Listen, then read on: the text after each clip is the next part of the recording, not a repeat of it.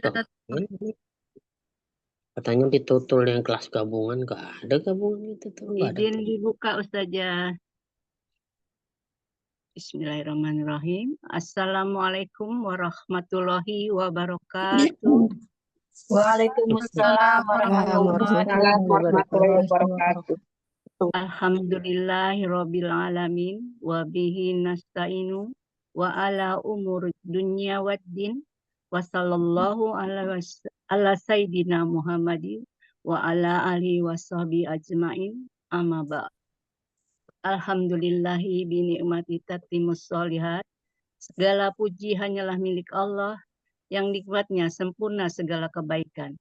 Tak henti-hentinya kita panjatkan syukur kepada Allah, karena jika bukan karena Allah, mustahil kita ada di sini, di majelis ilmu yang sangat kita cintai ini, sehingga kita dapat berkumpul, bermulazamah. Semoga Allah Subhanahu wa Ta'ala senantiasa memberkahi kegiatan ini. Amin, amin, Allahumma amin. Salawat serta salam semoga tercurah kepada junjungan kita Rasulullah Sallallahu Alaihi Wasallam, Nabi akhirul zaman, seorang nabi yang diutus oleh Allah untuk menurunkan syariat Islam kepada kita semua.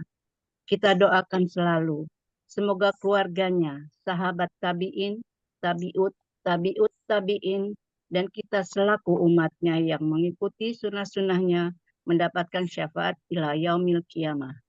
Amin, amin ya robbal alamin. Baiklah, dengan mengharap ridho Allah Subhanahu wa Ta'ala semata, mari kita buka majelis ini dengan melafazkan basmalah dan doa belajar. Bismillahirrahmanirrahim. Allahumma inni as'aluka ilman nafi'an wa rizqan thayyiban wa amala muttaqabbala. Allahumma alimna ma yanfa'una wa anfa'na bima alamtana wa zidna ilma. Allahumma arinal haqqa haqqan warzuqna tibaa wa arinal batila batila warzuqna tinabah. Allahumma la sahla illa ma ja'altahu sahlan wa anta taj'alu hasna idza syi'ta sahla. Ya hayyu ya qayyum bi rahmatika astaghis asli sa'ni kullahu wala takilni illa nafsi tarfata ain. Allahumma inni a'udzubika min ilmi la yanfa, min qalbi la yaksha, wa min nafsin la tasba, wa min da'wati la yustajabulah. Rabbi sahli sadri wa yassirli amri wahlul 'uqdatam min lisani yafqahu qawli. Amin ya rabbal alamin. Baik, perkenankan kami membacakan susunan acara pada pagi ini, Jumat 4 Juli 2025. Satu pembukaan yang telah dilaksanakan tadi, dua pembacaan kalam ilahi dengan surah Al-Kahfi ayat 27 dan 28 oleh Ustazah Neneng Herlina, sari tilawah oleh Ustazah Rumaisyah. 4. Penyampaian materi menghormati ilmu dan ahli ilmu oleh Ustazah kesayangan kita, Ustazah Enok Mutia. 5. Sesi tanya jawab. 6. Penutup. Belum baca. Baik, untuk mulai mari kita dengarkan pembacaan kalam ilahi oleh Ustazah Neneng Herlina dan sari tilawah oleh Ustazah Rumaisyah. Tafadhol Maskoro. Assalamualaikum warahmatullahi wabarakatuh. Waalaikumsalam warahmatullahi wabarakatuh.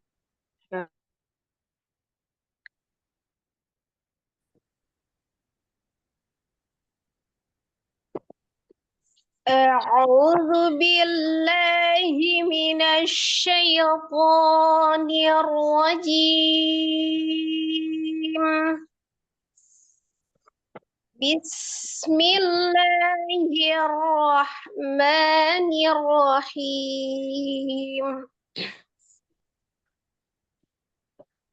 Watlu ma uhiya ilaika min kitabi rabbik لا مبدل لكلماته ولن تجد من دونه ملتحدا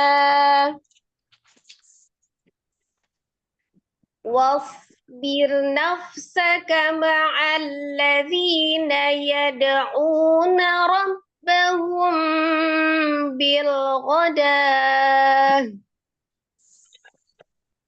بالغداة والعشي يريدون وجهه ولا تعد عيناك عنهم تريد زينة الحياة الدنيا ولا تطع من أغفلنا قلبه عن ذكرنا واتبع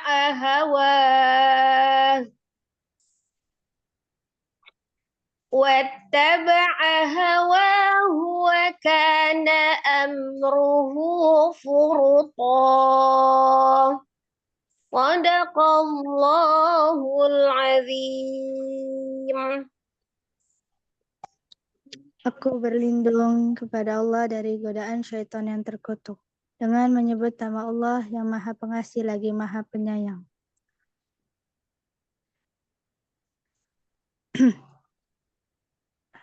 Dan bacakanlah apa yang diwahyukan kepadamu, yaitu kitab Tuhanmu Al-Quran. Tidak ada seorang pun yang dapat mengubah kalimat-kalimatnya, dan kamu tidak akan dapat menemukan tempat berlindung selain darinya. Dan bersabarlah kamu bersama-sama dengan orang-orang yang menyeru Tuhannya pada pagi dan senja hari dengan berharap keridhoannya. Dan janganlah kedua matamu berpaling dari mereka karena mengharapkan perhiasan kehidupan dunia ini. Dan janganlah kamu mengikuti orang yang hatinya telah kami lalaikan dari mengingati kami, serta menuruti hawa nafsunya, dan adalah keadaannya itu melewati batas. Benar Allah segala firman-Nya. Assalamualaikum warahmatullahi wabarakatuh. Waalaikumsalam warahmatullahi wabarakatuh. Maha benar Allah dengan segala firman-Nya. Baiklah, semoga yang membaca dan mendengarkannya dilimpahkan rahmat oleh Allah Subhanahu wa Ta'ala. Baik, penyampaian materi oleh Ustazah Enok Mutia. Tafadholi Maskura Ustazati. Bismillahirrahmanirrahim. Assalamualaikum warahmatullahi wabarakatuh. Waalaikumsalam warahmatullahi wabarakatuh. Alhamdulillahi rabbil alamin. Alhamdulillahilladzi arsala rasulahu bil huda wa dinil haqq liyudhhirahu 'ala ad-dini kullihi walau karihal kafirun. Wassalatu wassalamu ala sayyidina Muhammadin sallallahu alaihi wasallam wa ala alihi wa ashabihi ajma'in. Rabbi shrah li sadri wa yassir li amri wa hlul 'uqdatam min lisani yafqahu qawli. Alhamdulillah, Bunda sekalian, masih diberi kesempatan kita untuk melanjutkan ta'lim kita, melanjutkan kajian kita pada bab akhlak dan mempelajari kitab Ta'lim Muta'alim Imam Al-Zarnuji. Mudah-mudahan apa yang kita lakukan pada setiap Jumat pagi ini bisa mendatangkan manfaat untuk kehidupan kita di dunia dan di akhirat. Bisa memberikan kita perbaikan ibadah, perbaikan interaksi dengan sesama, dengan manusia, dengan keluarga, dan lain sebagainya. Dan mudah-mudahan Allah merahmati penulis Imam Al-Zarnuji dengan memberikan cahaya pada kuburnya di alam yang lebih indah, karena tentu berkat ilmu ini kitab yang dibaca di mana-mana di seluruh belahan bumi oleh umat Islam, oleh pelajar-pelajar Islam, tentu menjadi manfaat, menjadi syafaat buat beliau. Dan hari ini kita juga semuanya karena mengambil manfaat dari kitab ini tidak ada salah, dan mungkin hendaknya kita berterima kasih dengan sekali saja mengirimkan Fatihah untuk beliau.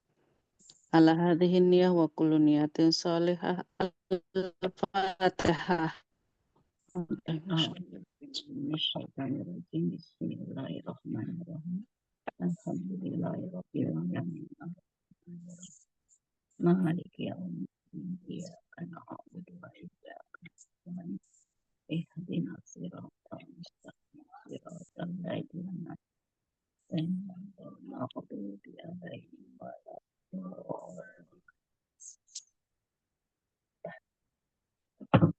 Baik, sebagaimana sudah kita terangkan di awal tentang kitab ini ya, kitab ini mempelajari tentang adab daripada seorang muta'alim, seorang yang mempelajari ilmu agama, dan seorang alim, seorang yang mengajar ilmu agama, yang memiliki ilmu agama.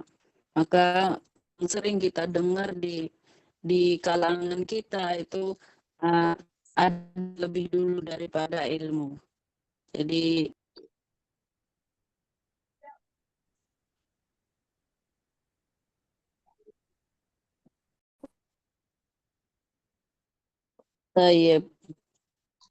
ya, sebagaimana kita ketahui, kitab ini ditulis oleh salah satu pengikut Imam Abu Hanifah. Jadi dari salah satu ulama Hanafiyah begitu ya. Tapi insya Allah meskipun kita mungkin kebanyakan Syafi'iyah, tidak sebenarnya untuk belajar akhlak itu insya Allah ada sama ya. Semua ulama, bahkan semua agama mungkin itu mendidik adab itu hampir sama. Kalau ada yang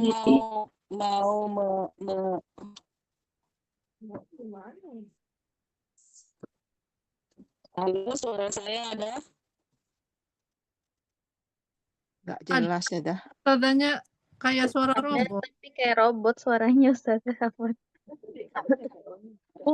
Iya. Bismillahirrahmanirrahim. Hari ini kita akan melangkah pada bab berikutnya adalah menghormati ilmu dan ahli ilmu. Artinya menghormati ilmu itu sendiri dan ahlinya. pengajar atau seorang alim ulama yang memiliki ilmu yang lebih daripada kita. Yang lebih ataupun yang kurang ya.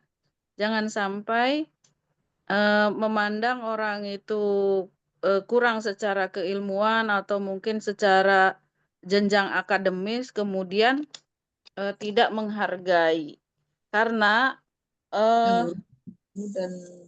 sedikit pun dalam diri seseorang, misalnya seorang itu dia pengajar hanya mengajar TPQ misalnya di rumahnya.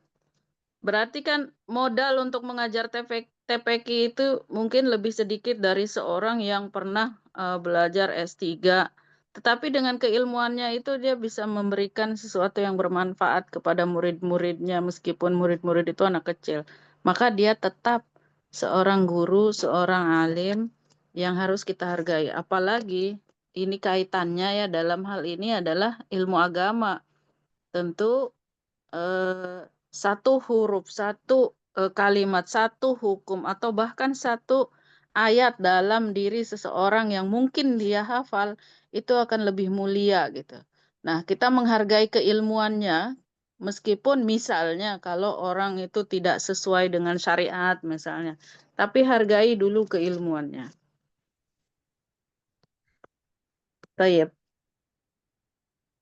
Pada halaman 65 di buku yang sudah kita miliki semua, terutama kelas fikih, ya. I'lam anna talibal ilma la yadalul ilma wa la yantafi'a bihi illa bi ta'zimil ilmi wa ahlihi wa ta'zimil ustad wa tawqirihi. Penting diketahui bahwa seorang penuntut ilmu tidak akan memperoleh ilmu dan tidak dapat mengambil manfaat dari ilmu itu kecuali dengan menghormati ilmu dan para ahlinya. Juga memuliakan dan menghormati para ustadznya. Dikatakan ini beberapa qaul para ulama. Qila ma wasala min waslin illa bihurmah wa masaqata min saqatin illa bitarkil hurmah. Dikatakan seseorang tidak akan sampai pada satu tujuan kecuali dengan menghormatinya atau dengan penghormatan, dan tidak akan terjatuh kecuali dengan meninggalkan penghormatan. Ini bisa diibaratkan juga dengan suami. Kemudian dikatakan penghormatan itu lebih utama daripada ketaatan.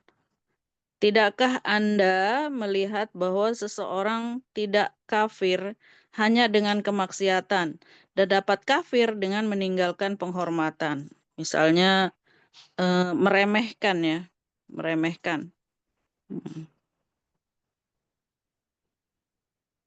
Wa qala Ali radhiyallahu an, ana abdun man alamani harfan wahidan. Insya'a ba'a wa insya'a istaraqa. Saya ini Imam Ali, Sayyidina Ali radhiyallahu an. Saya adalah hamba sahaya bagi orang yang telah mengajariku satu huruf atau satu keilmuan ya, satu huruf itu. Jika mau ia boleh menjualku, dan jika mau ia membebaskanku. Dalam persoalan ini ada syair yang dilantunkan. Syair yang dibuat oleh orang lain gitu selain Imam Ali, tetapi merujuk kepada kalimat yang Imam Ali katakan. Wa anta ra'aitu ahaqqul haqqa haqqal mu'allim wa aujabahu hifzan ala kulli muslim. Aku melihat bahwa hak yang paling kuat adalah hak seorang muallim. Ialah hak yang paling wajib dijaga oleh setiap muslim. Laqad haqqa ayyuhda ilaihi karamatan li ta'limi harfin wahidin alfu dirhamin. Ialah hak yang paling wajib, ia berhak diberi hadiah 1000 dirham untuk setiap huruf yang ia ajarkan sebagai penghormatan. Kalau kita sebagai seorang yang sudah pernah belajar atau bahkan mungkin mengajar atau merasa diri memiliki ilmu yang banyak gitu ya. Nah, ini khitabnya ini kepada orang yang kita ajar. Tetapi jangan sampai kita berharap dengan mengatakan, loh, aku loh boleh dibayar 1000 dirham. Itu adalah penghormatan kepadaku. Dengan mengatakan begitu justru malah kita jatuh mungkin ya. Jatuh karena jadi tujuannya berubah. Nah, ini adab juga, kita tetap sebagai seorang muta'allimah wa mu'allimah, sebagai orang yang belajar dan juga mengajar, jangan sampai dunia itu menjadi tujuan. Kan kemarin sudah kita bahas. Tetapi ketika kita menjadi seorang pelajar, hendaknya hormat kepada guru adalah salah satunya memberikan hadiah misalnya ya. Tetapi tidak untuk membayar apa yang dia ajarkan, hanya untuk sebagai penghormatan. Ini yang enak kalau hari guru tuh guru kelas ya, atau wali kelas. Kalau guru mapel yang lain tidak jadi pejabat di kelas, kadang gigit jari. Sesungguhnya orang yang mengajarimu satu huruf yang kamu butuhkan dalam urusan agama, sejatinya ia adalah bapakmu dalam agama. Nah, kayak guru spiritual gitu ya. Guru kami Syekh Imam Sadidun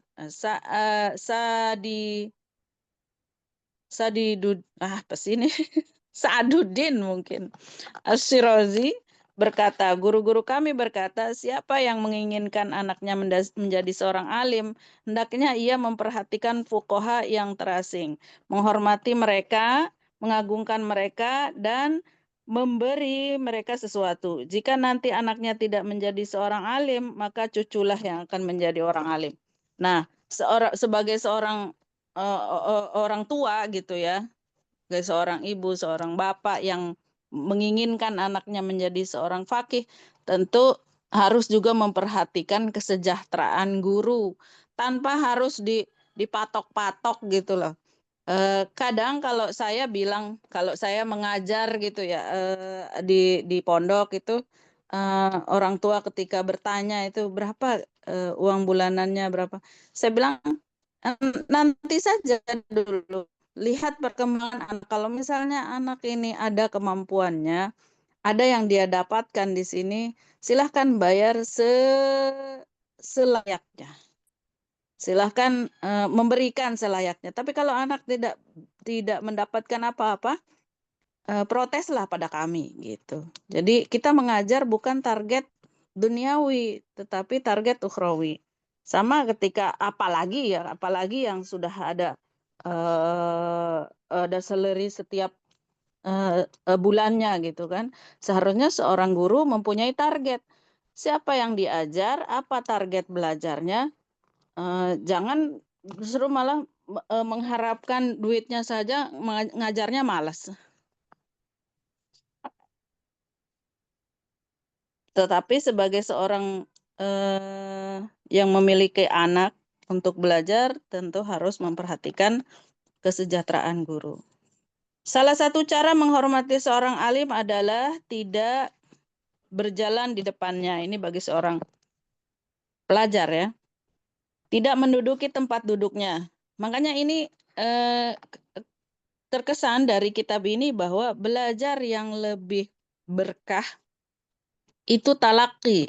Sehingga diberikan adab-adab yang lebih privat gitu antara seorang murid dengan seorang guru, dengan gurunya. Tidak menduduki tempat duduknya, tidak memulai pembicaraan di hadapannya kecuali atas izinnya. Tidak banyak berbicara di hadapannya, tidak bertanya tentang sesuatu saat sedang bosan. Memperhatikan waktu dan tidak mengetuk pintunya, tetapi sabar menantinya hingga ia keluar. Nah, saya sering sampaikan kepada anak saya kan belum belajar ini ya, ta'lim muta'alim kalau SD itu. Tapi ketika dia mau mondok, itu saya sering sampaikan. Mungkin nanti kamu akan belajar, tapi mungkin juga tidak pelajaran ini. Maka beginilah cara kamu menghormati gurumu. Duduk dengan rapi, dengan tenang, kemudian memperhatikan begitu ya. Bahkan saya bilang sampai sendalnya kiai itu, kalau bisa tunggu kiai naik ke masjid itu di mana, kemudian rapikan sendalnya, sandingkan dengan sendalmu. Saya sampai seperti itu untuk dia bisa menghargai seorang mu'alim. Apalagi dalam belajar tentu lebih daripada sendalnya gitu. Karena nanti kita akan lihat di sini. Kesimpulannya, seorang penuntut ilmu harus mencari ridho gurunya, menjauhi kemurkaannya, melaksanakan perintahnya selama bukan maksiat. Karena tidak ada ketaatan kepada makhluk dalam rangka bermaksiat kepada Khalik. Nah, saya yakin guru-guru agama ya tidak ada yang mengajarkan kepada keburukan, kepada maksiat, kecuali oknum-oknum. Itu kalaupun pesantren sekarang ada yang terjadi hal-hal yang kita tidak harapkan ya, bahkan mencoreng-moreng muka pesantren misalnya, ya itu kan oknum ya. Tetapi secara globalnya bahwa guru-guru agama itu insya Allah mereka lebih menitik beratkan kepada bagaimana cara beribadah dengan baik, bagaimana cara mengenal Tuhan, bagaimana cara mempelajari ajaran-ajaran agama Islam. Nah, kalau mereka sudah mengajarkan ini, maka wajib ditaati. Tetapi kalau sudah mengajarkan kepada kemaksiatan, tentu tidak ada taat di situ. Tidak boleh taat kepada makhluk dalam rangka bermaksiat kepada penciptanya. Inna asyarran nasi mayyudhibu dinahu lidunya ghairihi wa bima'siyatil khaliq.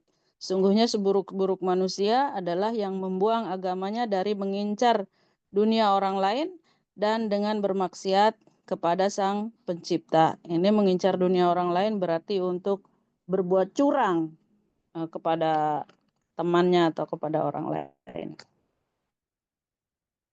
Terus selanjutnya, di antara bentuk penghormatan kepada seorang guru adalah menghormati anak-anaknya. Menghormati anak-anaknya. Sebagai pelajar, kalau di pesantren ini ya, kaitannya ini di sekolah yang mungkin lebih privat gitu. Antara guru dengan murid. Kalau ada anak, keluarga, dan siapa saja yang memiliki hubungan dengannya. Nah kan, dengan gurunya. Istrinya, anaknya, adiknya, apalagi ibunya, guru, harus kita hormati. Tapi kadang ada juga yang misalnya punya sekolah agama ya, ya pesantren lah ini. Tapi keluarganya yang tidak ada kaitannya, tidak mempunyai keilmuan, secara keilmuan itu setara dengan gurunya. Terkadang mau ikut berkuasa, mau ikut ambil keuntungan. Nah, ini merepotkan, sungguh merepotkan ini. Merepotkan kiainya ini. Nah, banyak pesantren-pesantren yang kalau dikuasai oleh keluarga, hanya karena hubungan keluarga sementara tidak punya kompetensi di bidang itu, biasanya berantakan. Berantakan, hancur, terus bubar bahkan. Banyak saya melihat pesantren-pesantren yang awalnya itu ramai dengan pelajar-pelajar sampai nampak sepi dan sama sekali nggak ada penghuninya, itu jadi kuburan, jadi museum. Ada, saya beberapa kali lewati.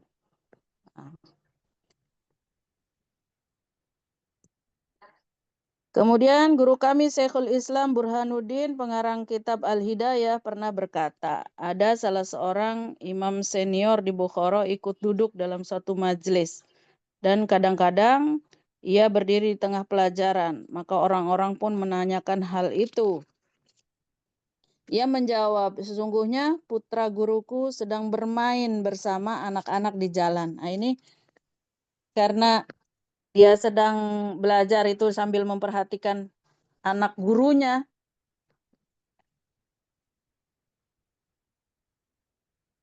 Kadang-kadang anaknya yang lagi bermain itu datang ke pintu masjid. Apabila aku melihatnya, maka aku berdiri sebagai penghormatan untuk guruku.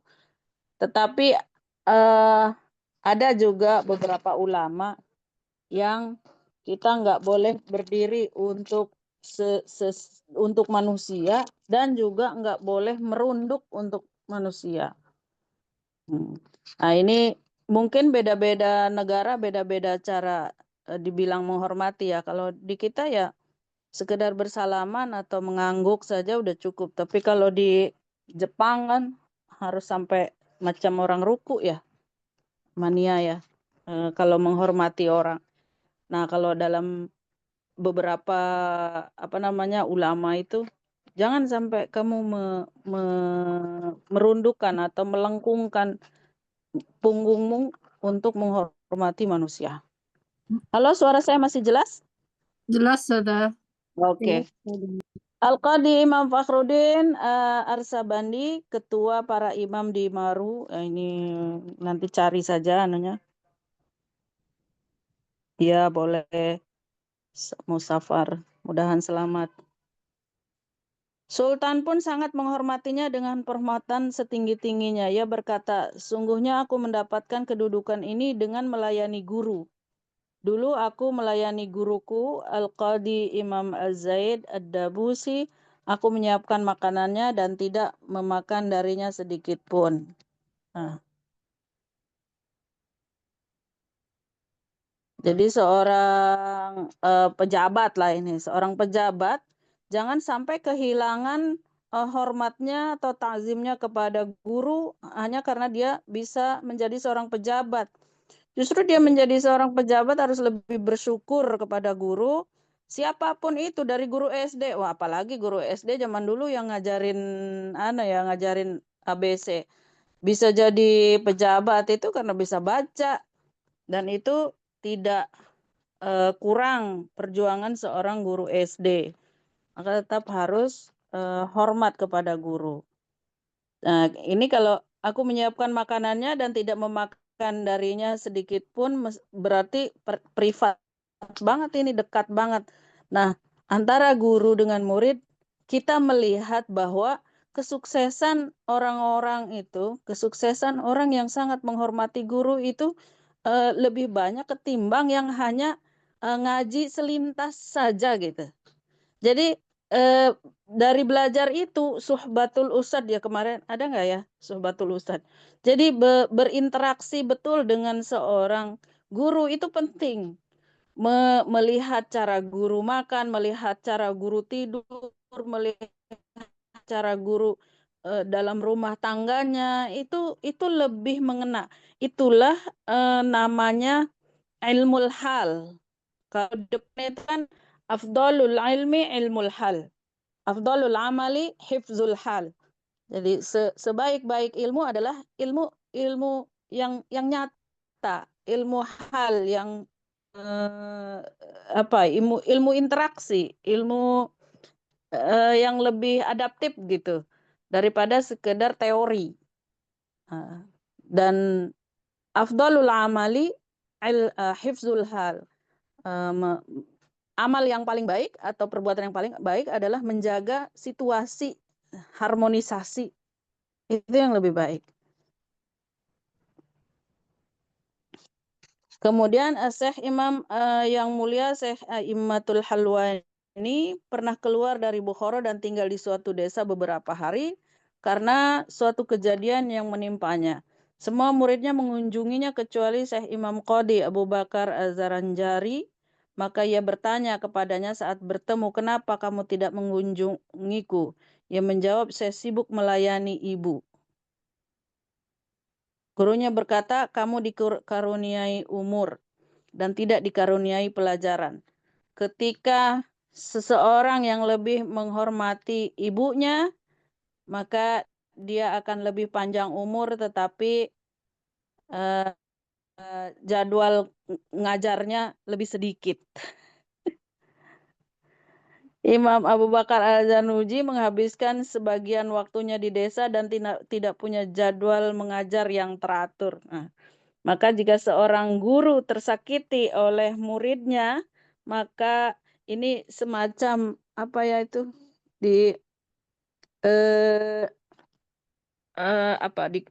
bukan dikutuk, keluar karena dia tidak mengunjungi gurunya, dia lebih sibuk dengan ibunya, sama sekali tidak menjenguk gurunya. Kan menjenguk kan nggak harus merawat juga kan, menjenguk sekedar datang. Ini mungkin kecewa gurunya. Jadi akhirnya didoakannya itu, kamu diberikan umur panjang tapi kamu tidak dikaruniai pelajaran. Maksudnya itu tidak dikasih jadwal ngajar oleh orang, tapi umurnya panjang. Akhirnya berantakan jadwal ngajarnya. Maka jika seorang guru tersakiti oleh muridnya, maka murid terhalang mendapatkan keberkahan ilmu dan ia tidak dapat mengambil manfaat dari ilmu itu kecuali hanya sedikit. Dalam sebuah syair dikatakan, nah ini ada syair ya. Innal muallim wat tabib kilahuma la yansahani idza huma lam yukrama. Sesungguhnya guru dan dokter itu keduanya tidak akan memberikan nasihat jika tak dihormati. Fasbir lidaika in jafauta tabibahu. Tahanlah sakitmu jika kamu kasar terhadap dokter, dan nikmatilah kebodohanmu jika kamu kasar terhadap gurumu. Jadi ada video reel gitu di medsos itu. Kata pasiennya gini kepada dokternya, enak ya jadi dokter. Kata dokternya, emang kenapa Bu? Iya, Allah yang menyembuhkan, dokter yang terima bayarannya. Kata. Terus kata dokternya bilang gini, oh nggak apa-apa Bu, kalau mau langsung ketemu dengan Allah, kami nggak maksa, silakan saja. Nah kan, jadi kena batunya. Kalau ketemu dengan Allah ya mati. Jadi dokter juga harus dihargai. Kalaupun tidak cocok dengan dokter yang satu, maka untuk tetap menghargai ya jangan langsung bilang dokter ini nggak jelas. Harus ada bahasa yang enak gitu, tidak menyinggung. Kemudian dikisahkan Khalifah Harun ar-Rasyid pernah mengirim putranya kepada Al-Asma'i. Ini seorang ulama juga, supaya diajari ilmu dan adab. Kemudian pada suatu hari, Khalifah melihat Al-Asma'i berwudu dan mencuci kakinya. Sementara putra Khalifah tadi yang menuangkan air ke kaki gurunya. Melihat hal ini, sang Khalifah langsung menegur Al-Asma'i dan berkata, aku mengirim putraku supaya Anda mengajarkan ilmu dan adab kepadanya. Kenapa Anda tidak menyuruhnya menuangkan air dengan salah satu tangannya dan mencuci kaki Anda dengan tangan yang lainnya? Kalau guru zaman dulu ya seperti ini, saking mereka punya karomah ya. Punya karomah, keilmuan yang tinggi, kemudian disayangi oleh Allah, dekat gitu dengan Allah. Lah kalau guru zaman sekarang, apalagi dengan adanya oknum-oknum tertentu lah seperti itu, jadi kehormatan seorang guru seolah-olah menjadi luntur ya. Jadi luntur. Nah, jangankan beda jenis, sesama jenis pun akan terjadi hal-hal yang tidak kita inginkan. Nah, mungkin itulah cirinya akhir zaman ya, akhir zaman. Tapi kalau ulama zaman dulu itu mencuci kakinya itu menjadi satu keberkahan buat muridnya. Tapi zaman sekarang, oh no. Ini tapi tidak menutup, tidak kemudian menghilangkan kehormatan seorang guru ketika ada seorang murid yang mau menghormati lebih daripada yang biasanya di kita ini. Seperti di beberapa pesantren itu ada gurunya naik motor, mau lewat saja, mereka langsung berhenti dan mempersilahkan lewat dulu gitu. Itu adab-adab seperti itu mendatangkan keberkahan bagi seorang murid. Tapi kalau di sekolah-sekolah atau di pesantren-pesantren lain yang mungkin tidak sebaik itu pelaksanaan atau pengajaran adabnya, mungkin di demo juga gurunya, ustadznya. Tapi masih ada lah, di zaman sekarang masih ada pesantren-pesantren yang tingkat adabnya itu sangat tinggi. Kemudian di antara wujud memuliakan ilmu adalah dengan memuliakan kitab. Saya pernah melihat guru saya itu, kiai saya itu sebelum saya belajar ini ya dulu. Itu beliau membawa kitab saja sambil jalan itu dari rumahnya, kadang dari kantor. Saya lihat kiai saya itu berjalan saja membawa kitabnya itu di atas pinggang gitu, di atas kemaluan. Kan ada yang sepanjang seenaknya tangan itu jatuh gitu kan, itu dia bawa kitab. Tapi dia itu mengangkat gitu sampai ke atas pinggangnya gitu. Coba bayangkan. Jadi kayak dibawa di dadanya itu.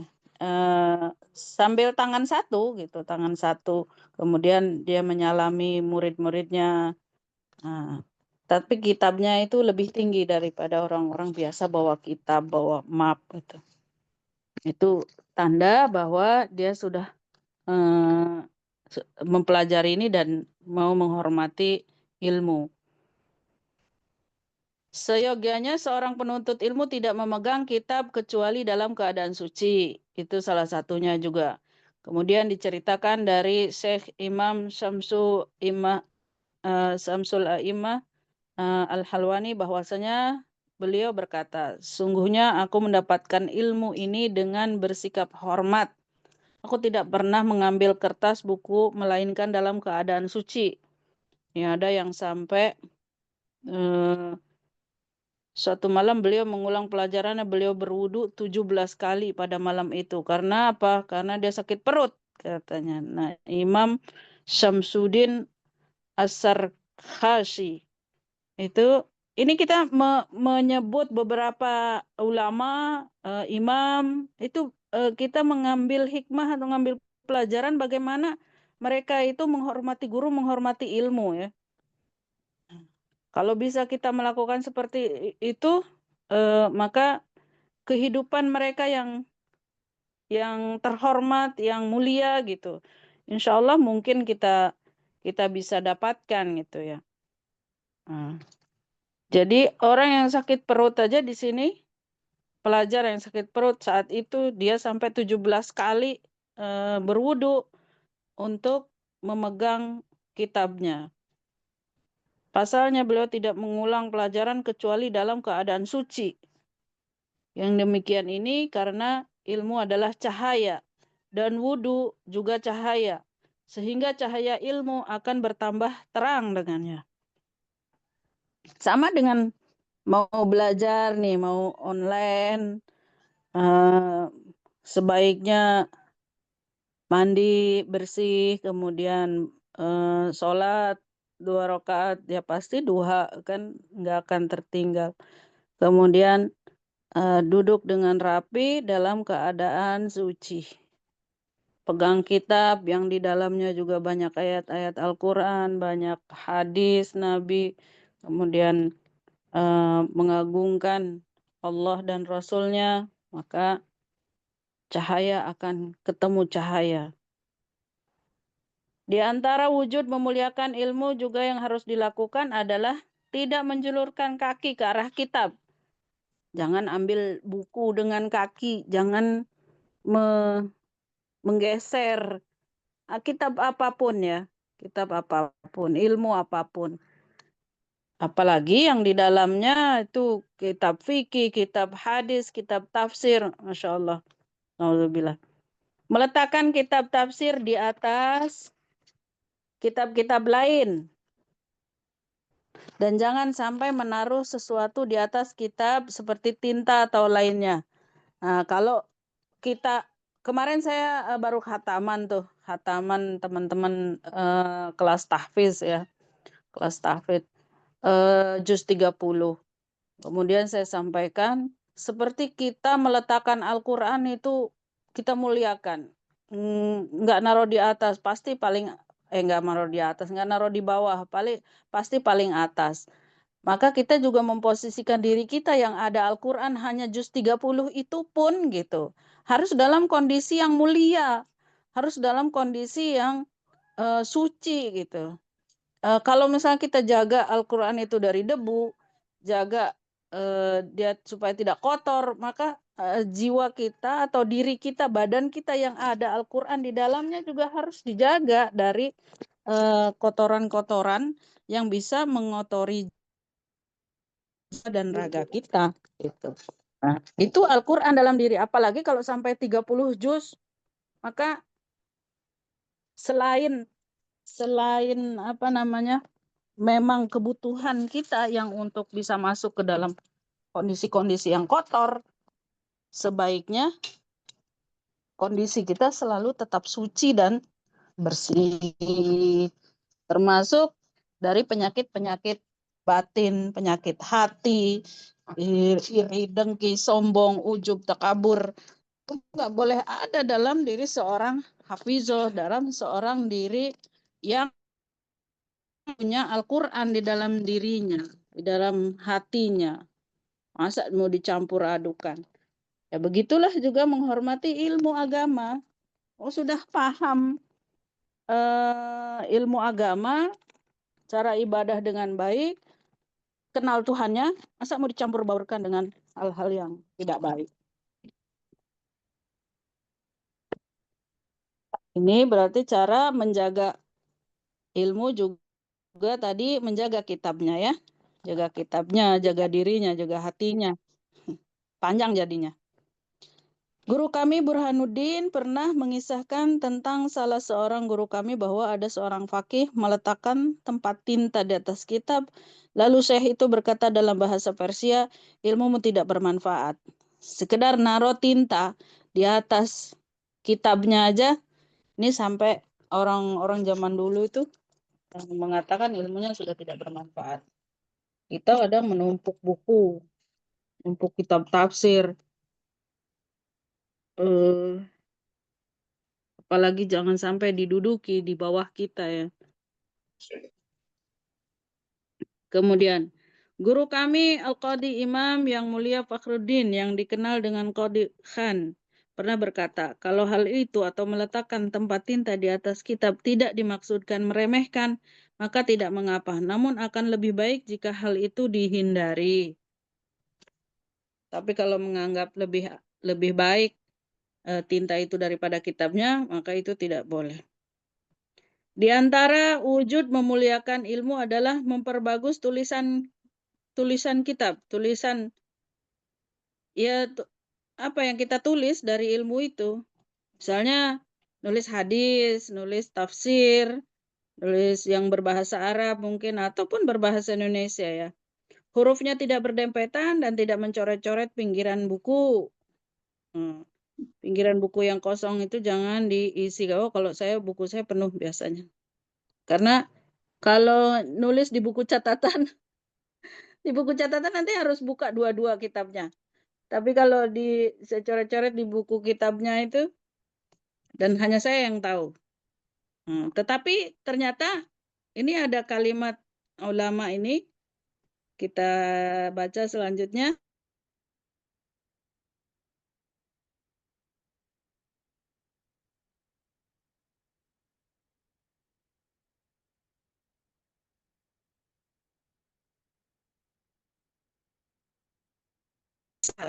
Dan jika mati kamu akan dicela.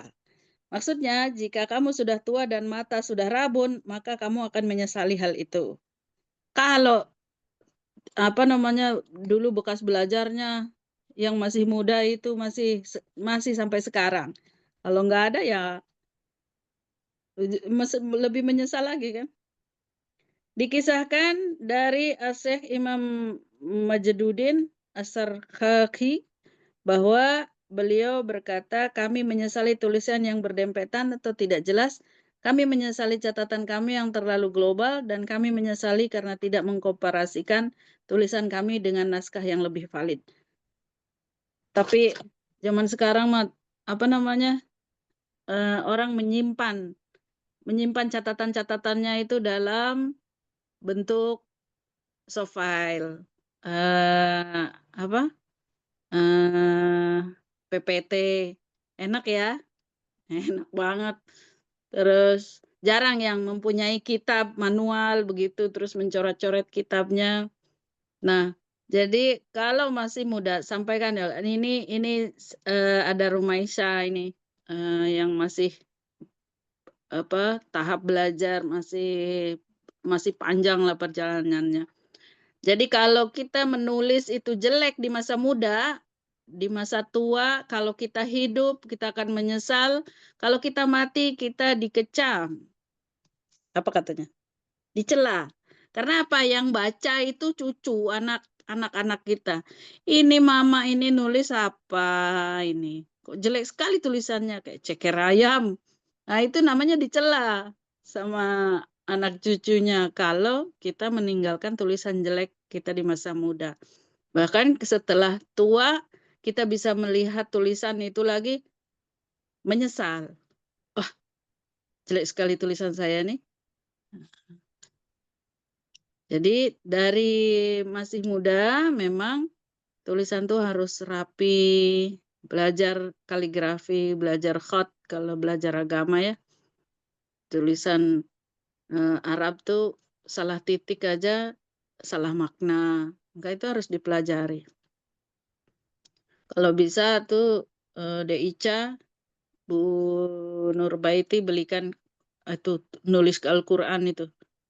Kemarin ada kisah pelajar yang meninggal di Malaysia itu, dia menulis Al-Qurannya sendiri karena hafizah, terus dia menulis sepanjang hidupnya.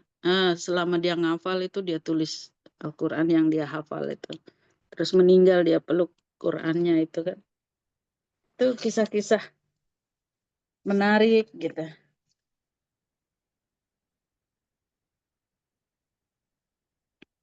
Masya Allah. Apa ini yang Masya Allah? Lanjut? Lanjut saja. Lanjut, Ustazah. Seyogianya potongan kita berbentuk persegi 4, bukan bulat. Nih kalau ada yang harus dipotong itu ya persegi, jangan sampai hilang sebagian. Seperti itulah bentuk kitab-kitab Abu Hanifah.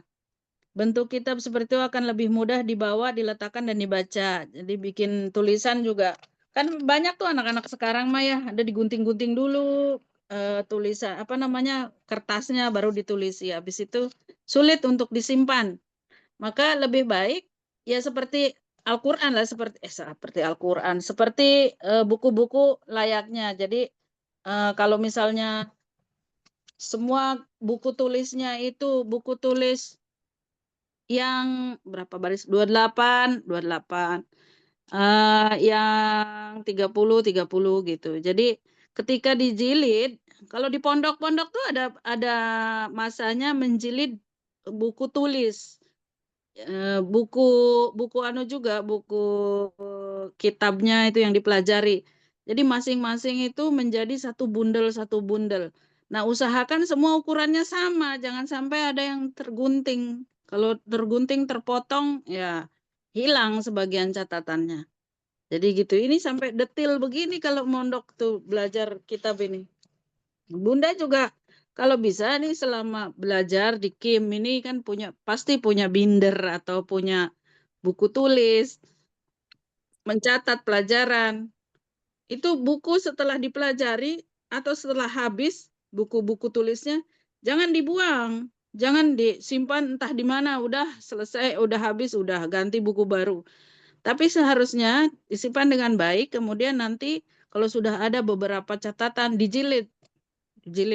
Kalau nggak bisa jilid sendiri, ke tukang jilid.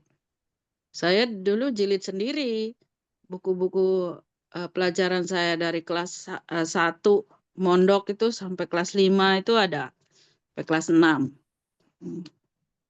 Jadi bisa dibuka-buka lagi. Untung tulisan saya bagus dulu, jadi nggak nyesel di masa tua. Dibaca anak-anak juga senang. Malah jadi rebutan, santri-santri saya ada yang ngambil itu. Ya udahlah, relakan saja nggak apa-apa kalau bermanfaat. Sebaiknya pula jangan ada tulisan berwarna merah di dalam kitab. Karena hal itu merupakan perbuatan kaum filsuf, bukan ulama salaf. Nah ini karena yang nulis ini ulama salaf, ulama tradisional gitu loh. Yang filsuf-filsuf itu biasanya menulis dengan tinta merah itu nanda-nandain. Karena banyak kadang rumus-rumus. Sebagian guru kami juga ada yang tidak menyukai keberadaan warna merah. Kendaraan berwarna. Mobil saya merah tapi. Kalau ini tidak baku ya. Di antara wujud mengagungkan, bahkan mungkin guru-guru yang di pesantren itu menandai catatan-catatan murid supaya lebih beda gitu. Ada catatan ini sahih, ini kurang, ini makbul, ini. Nah itu biasanya dengan tinta merah. Ya kalau misalnya bisa dengan tinta lain ya nggak apa-apa tinta lain. Tapi ini bukan hal yang mutlak gitu. Di antara wujud mengagungkan ilmu juga adalah menghormati teman dalam menuntut ilmu dan saat pelajaran. Nah, teman dan juga pengajar tentunya. Mencari perhatian adalah perbuatan yang tidak dibenarkan selain dalam menuntut ilmu. Menuntut ilmu cari perhatian boleh. Dalam menuntut ilmu, mencari perhatian kepada guru dan teman sekolah justru dianjurkan untuk mengambil manfaat dari mereka. Ya, itu ya beda dalam menuntut ilmu itu justru harus dekat dengan guru, dengan teman. Karena untuk diskusi, bukan untuk hal yang lain. Seorang penuntut ilmu menyimak semua ilmu dan hikmah dengan penuh pengagungan dan penghormatan. Jadi ketika belajar, itu usahakan diri kita itu seperti gelas kosong. Siapapun yang mengajar, dia mau satu madhab, mau beda madhab, usahakan diri kita ini seperti gelas kosong. Jadi mudah diisi. Tapi kalau kita gelasnya penuh, kan repot. Akhirnya ketika belajar itu mau buka HP, mau ngobrol, itu karena penuh. Otaknya udah diisi dengan hal-hal yang lain. Minimal guru ini ngomongin hal-hal yang udah sering kita dengar. Ya, itu tandanya udah mengisi duluan gelasnya. Tapi kalau kita biarkan, ya silahkan. Ummu Naila. Kalau kita biasa mendengar dulu apa yang disampaikan, mengisi gelas kita terus, nah kita akan bisa memilah-milih. Gitu ya. Siapa yang mengagungkannya terhadap ilmu, pengagungannya terhadap ilmu setelah lebih dari 1000 kali mendengar, tidak seperti pengagungannya pada pertama kali mendengarnya, maka ia bukan termasuk ahli ilmu. Jadi kadang dari memperhatikan itulah akan meresap gitu. Bisa jadi dia melengkapi pemahaman yang lama, bisa jadi menjadi perbandingan, bisa jadi ilmu baru. Itu karena kita memperhatikan dengan baik gitu, menyimak dulu. Selanjutnya, seorang penuntut ilmu tidak memilih sendiri jenis ilmu yang akan ia pelajari, tetapi menyerahkan keputusannya kepada gurunya. Sebab seorang guru tentu sudah berpengalaman dalam persoalan tersebut. Selain itu, guru lebih mengetahui ilmu apa yang selayaknya dipelajari oleh setiap murid dan sesuai dengan tabiatnya. Nah, ini juga penting. Kemarin kita sudah ya memilih ilmu, memilih guru di bab sebelumnya. Tapi alangkah lebih baiknya juga kalau kita menyerahkan kepada guru. Saya kok cenderungnya begini-gini, gimana seharusnya saya ilmu apa yang harus saya pelajari gitu untuk ke depannya. Oh, kamu cocoknya belajar ilmu tafsir karena kamu senang menggali tentang hukum-hukum yang ada dalam Al-Quran. Kemudian Al-Qurannya juga udah sebagian dihafal, gitulah. Biasanya gurunya lebih tahu. Syekh Imam Al-Ustadz Syekhul Islam Burhanul Haq berkata, pada siswa pada masa dahulu menyerahkan urusan-urusan belajar kepada guru sepenuhnya. Lalu mereka meraih kesuksesan dan tujuan utama mereka.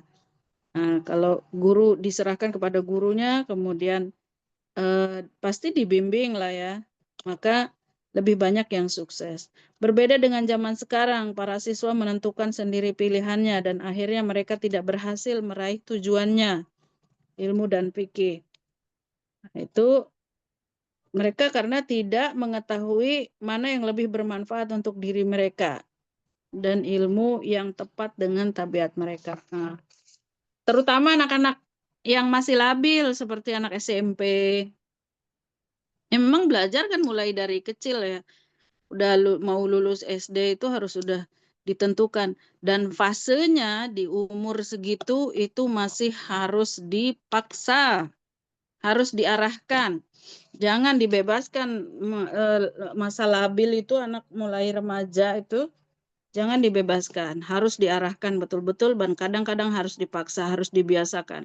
Tapi kalau sudah terlanjur, udah SMA, udah kuliah, itu repot mau meluruskannya. Tapi kalau masih dari SD, SMP, itu masih bisa kita poles ya. Dikisahkan bahwa Muhammad bin Ismail al-Bukhari mulai belajar kitab bab sholat kepada Muhammad bin Hasan. Lalu sang guru ini memerintahkan kepadanya, pergilah dan belajarlah ilmu hadis. Setelah beliau mengetahui bahwa ilmu inilah yang paling tepat untuk Al-Bukhari. Dan benar, akhirnya ia pun belajar hadis hingga menjadi imam hadis yang paling terkemuka. Nah, mungkin kalau di Ustadz Adi Hidayat mungkin belajarnya ya dari kecil di sana dan selalu bertemu belajar langsung dengan Ustadz Adi Hidayat, mungkin Ustadz Adi Hidayat akan mengarahkan, oh kamu cocoknya nih cari Syekh Ali Jum'ah misalnya, nih di Mesir berangkat. Oh cocoknya ini ke Madinah nih, berangkat. Nah, gitu. Enaknya begitu kalau ketemunya dengan ulama yang betul-betul mumpuni. Pada saat belajar, hendaknya seorang murid tidak duduk terlalu dekat dengan gurunya. Kita dekat banget ini, depan muka nih. Kita kan online ya. Kecuali bila terpaksa. Tapi biasanya sudah ada jarak tertentu kalau di sekolah, di pondok. Hendaknya ia mengambil jarak antara ia dan gurunya kira-kira sejarak busur panah. Oh, dekat dong. Karena yang demikian itu lebih menghormati guru. Dekat lah. 1 meter lah paling enggak. Seorang penuntut ilmu harus selalu menjaga dirinya dari akhlak-akhlak yang tercela. Oh iya tadi itu kan seperti saya bilang harus jaga seperti kita menghormati ilmu ya menghormati diri sendiri karena ilmu ada di dalam diri kita. Sebab akhlak yang buruk itu ibarat anjing. Mohon maaf. Rasulullah Shallallahu Alaihi Wasallam bersabda, la tadkhulu malaikatu baitan fihi kalbun au suratun. Malaikat tidak akan masuk rumah yang di dalamnya terdapat anjing dan gambar. Diriwayatkan oleh Al-Bukhari, hadis 3225. Padahal seorang pelajar itu melalui perantara malaikat. Adapun tentang apa itu akhlak yang tercela dapat dipelajari dari kitab-kitab akhlak karena kitab ini tidak mencantumkan penjelasannya.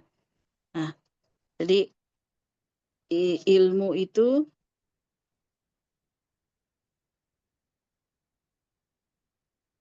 apa ini? Malaikat tidak akan masuk rumah yang di dalamnya terdapat anjing dan gambar. Jadi akhlak itu, akhlak buruk itu ibarat anjing. Maka ilmu tidak akan masuk kepada diri seseorang yang akhlaknya buruk. Padahal ini hadis tentang orang pelihara anjing di rumahnya. Di dalam rumah. Kalau di luar rumah boleh. Pelihara anjing di luar rumah, tapi kalau di dalam rumah tidak boleh.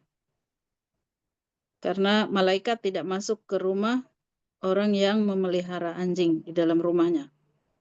Kemudian gambar. Gambar di sini suratun ini pernah diterangkan ini patung. Patung manusia, bukan gambar foto. Dulu kan nggak ada foto manusia itu nggak ada dulu. Jadi dibuat patung. Kalau patung dari zaman dulu ada. Karena patung-patung yang di Ka'bah itu juga patung rupanya. Itu suratun, patung. Gambar itu patung di sini maksudnya. Kalau foto itu boleh.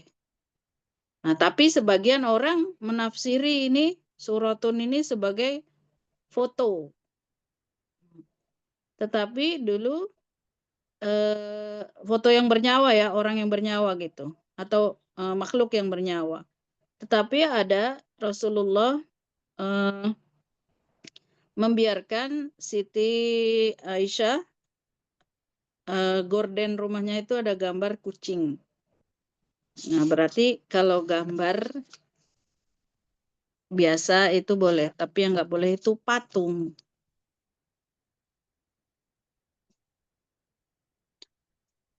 Terutama ini akhlak yang harus dijaga adalah sikap sombong, karena dengan kesombongan ilmu tidak bisa diraih. Dikatakan al-ilmu harbun lil muta'ali. Ilmu adalah musuh bagi orang yang sombong. Laksana air bah, musuh bagi daratan tinggi. Kasaili harbun lil makanil ali. Bagus-bagus anunya nih. Apa namanya syairnya? Bijaddin la bijaddin kullu majiddin. Fahal jaddun bila jiddin bimujdin. Fakam abdin yakumu maqama hurrin. Wa kam hurri yakumu maqama abdi. Diraih dengan kesungguhan bukan dengan harta bertumpuk. Bisakah kemuliaan diraih dengan harta tanpa semangat? Tak bisa. Berapa banyak hamba sahaya menggantikan orang merdeka dan berapa banyak orang merdeka menggantikan hamba sahaya. Insyaallah.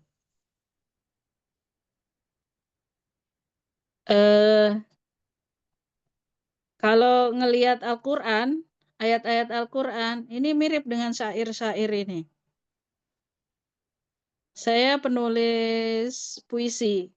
Jadi puisi meskipun kalimat kalimatnya beda-beda tapi harus ada rima.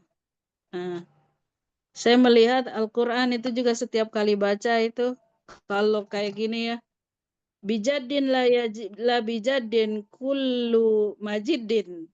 Nah, ini jadun gitu. Ini dalam Al-Quran juga begitu. Tapi Al-Quran lebih indah daripada ini. Ini kan buatan manusia ya. Nah. Fahal jadun bila jiddin bimujidin. Saya sering memperhatikan gitu ketika baca Al-Quran itu. Ini syair tingkat tinggi. Gitu Bunda sekalian. Halo. Sepi amat ya. Halo. Iya, Ya, Ustazah. Nyimak, Ustazah. Hadir Ustazah. Masih utuh 65 ini dari tadi. Alhamdulillah, Afan Ustazah. nyimak ya Ustazah. Lagi jaga Ada bocah. masuk luar biasa. Afan Itu nyimak, Ustazah. Utinda itu ya, Utinda. Nah, Suaranya Ustazah, Utinda. Iya, Iya, Ustaz. betul Ustazah. Afan lagi jaga ponakan soalnya Afan Ustazah. Oh iya, luar biasa. Alhamdulillah sampai pada ujung kajian kita hari ini, untuk hari ini ya. Untuk hari ini. Insyaallah mudah-mudahan bermanfaat dan mudah-mudahan tetap sehat, umur panjang. Amin ya Allah. Kita lanjutkan pasal-pasal berikutnya. Ini lebih seru Amin. lagi terus, Masya Allah. Masya Luar biasa kitab ini. Kalau kita baca, kita pahami dan kita laksanakan, insya Allah ilmu itu kembali kepada posisi kemuliaannya. Rata-rata sekarang ini tidak menghormati ilmu, tapi menghormati akalnya semua. Udah persetan dengan ilmu apa itulah, apa itu nas, apalagi sudah tidak menghormati ulama-ulama, tidak menghormati kitab suci lah gitu, kitab suci. Bahkan kitab suci hanya jadi simbol untuk sumpah saja. Tapi secara keilmuan sudah ditinggalkan. Baik, begitu Bunda sekalian, Umi Novida, saya serahkan kembali kepada moderator untuk kita diskusi atau kita sharing sama-sama. Wabillahi taufik wal hidayah. Assalamualaikum warahmatullahi wabarakatuh. Waalaikumsalam warahmatullahi wabarakatuh. Masya Allah atas pemaparannya gitu ya. Ya sedikit kesimpulan mungkin ya bisa saya baca di sini. Seorang penuntut ilmu harus mencari ridho gurunya, menjauhi kemurkaannya, melaksanakan perintahnya selama bukan maksiat, karena tidak ada ketaatan kepada makhluk dalam rangka bermaksiat kepada Al-Khaliq atau pencipta. Baik, pada kesempatan ini mari kita berdiskusi atau tanya jawab. Tafadholi, Ummahat, siapa yang ingin berdiskusi atau sharing seperti yang diungkapkan Ustazah. Tafadholi Maskura. Assalamualaikum Ustazah. Waalaikumsalam warahmatullahi wabarakatuh. Nama saya Bu Neng Mulyati. Mau tanya tentang adab murid terhadap gurunya, Ustazah. Kebetulan saya itu suka ngajar ibu-ibu ya, Ustazah. Nah, tapi kadang di suatu tempat saya itu ngajar tajwid gitu kayak gitu. Kalau ibu-ibu yang dulu itu, kalau untuk mengajar tajwid itu susah gitu Ustazah. Untuk diterapkan seperti IFA itu, saya bilang tuh ada tawasud, ada akrobnya, nah, gitu kan ada pertengahan, 3 pertengahan itu. Di tengah, di depan, kalau yang jauh itu kop dengan K itu jangan terlalu kalau hadato itu jangan ang gitu. Dia nggak mau menerima gitu saja. Jadi zaman dulu itu dia taunya ikhfa itu ya ang aja gitu semuanya. Nah, jadi saya bilang tuh sekarang ada ilmunya dan nggak mau menerima gitu saja. Seperti itu. Nah, jadi cara menyiasatinya gimana Ustazah? Yang saya tanyakan seperti itu. Apakah dibiarin? Terus kalau baca Al-Quran juga terlalu cepat gitu. Kalau di daerah-daerah yang terpencil itu, kan saya ngajar di Garut juga. Itu cepat Yasin Al-Quran gitu. Ngajinya online apa offline? Ada online sama offline Ustazah.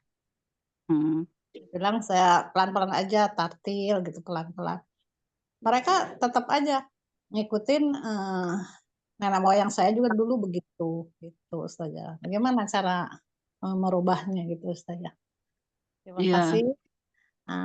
Jazakallahu khairan katsira. Ustazah sehat terus. Assalamualaikum warahmatullahi wabarakatuh. Amin, amin, amin. Amin ya rabbal alamin. Tayyib.